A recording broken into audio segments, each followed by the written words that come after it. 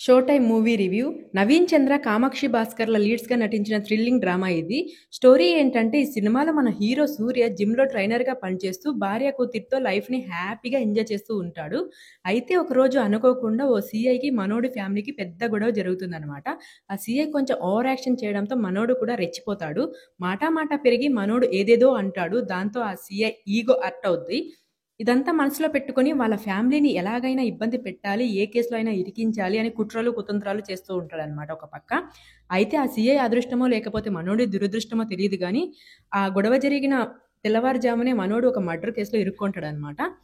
తన భార్య self defence కోసం ఇంట్లో చేరబడిన దొంగని చంపేస్తది. ఇప్పుడు పోలీస్‌ని పిలిస్తే అవకాశం కోసం ఎదురుచూస్తున్న సీఐ ఖచ్చితంగా దీన్ని వాడుకొని మన ఫ్యామిలీని నాశనం చేస్తాడని గ్రహించిన మన సూర్య, వాళ్ళని కాపాడుకోవడానికి తన ఫ్యామిలీ ఫ్రెండ్ అయిన లాయర్ వరదరాజులతో కలిసి ఒక ప్లాన్ ఏస్తాడు. మరి తర్వాత ఏం జరిగింది? అసలు ఆ సీఐ మనోడి ఫ్యామిలీకి గొడవెందుకు? వీళ్ళ మధ్య ఏం జరిగింది? సూర్యని తన ఫ్యామిలీని ఇరికించడానికి ఆ సీఐ ఏం ప్లాన్ చేస్తున్నాడు?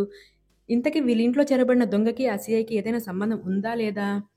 ఇంతకీ వరదరాజులు ఎవరు? తనతో కలిసి మన సూర్య ఏం ప్లాన్ చేశాడు? చివరికి ఈ ప్రాబ్లమ్స్ నుంచి అలాగే ఆ సీఐ నుంచి మనోడి తన ఫ్యామిలీని ఎలా కాపాడుకున్నాడు అనేది మీరు సినిమా చూసి తెలుసుకోవాల్సి ఉంటుంది.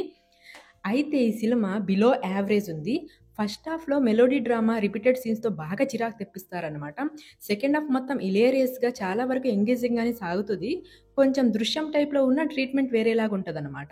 రాత్రి మొదలై మార్నింగ్ ముగిసిపోయే కథ ఇది.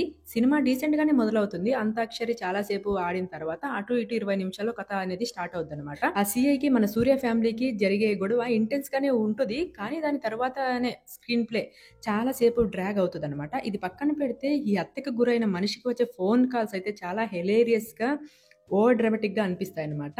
అలాగే ఆ ఫ్యామిలీ చాలా మంచిది. పొరపాటున ఈ హత్య చేశారని పదే పదే చెప్పిందే చెప్పి, చూపిచ్చిందే చూపిచ్చి చిరాకు తెప్పిచ్చేస్తారు. ఆల్రెడీ ఓపెనింగ్ సీన్‌లోనే ఆ ఫ్యామిలీ ఎలాంటిదో చూపించారు కదా! మళ్ళీ ఈ సోదంతా ఎందుకు?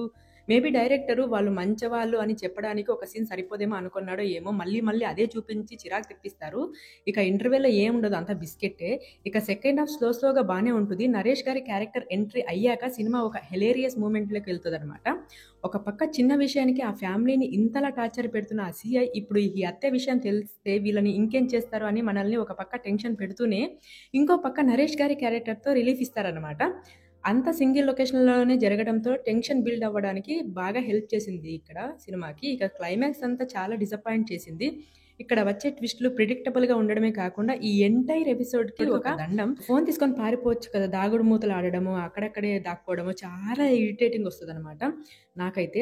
పెర్ఫార్మెన్స్ వైస్ సూర్య వర్సెస్ నవీన్ చంద్ర గారు చాలా చేశారు. నరేష్ కామెడీ టైమింగ్ అయితే సూపర్‌గా ఉంటది ఈ ఫిల్మ్‌లో. రాజా రవీంద్ర కూడా చేశారు. ఆయన పెర్ఫార్మెన్స్ ఈ ఫిల్మ్‌కి మెయిన్ హైలైట్స్ అనమాట. ఇంకా heroine is okay. Technically cinema పర్లేదు. సినిమాటోగ్రఫీ కానీ, ప్రొడక్షన్ వాల్యూస్ కానీ బావున్నాయి. బీజీఎం పర్లేదు. ఎడిటింగ్ కూడా బావుంది.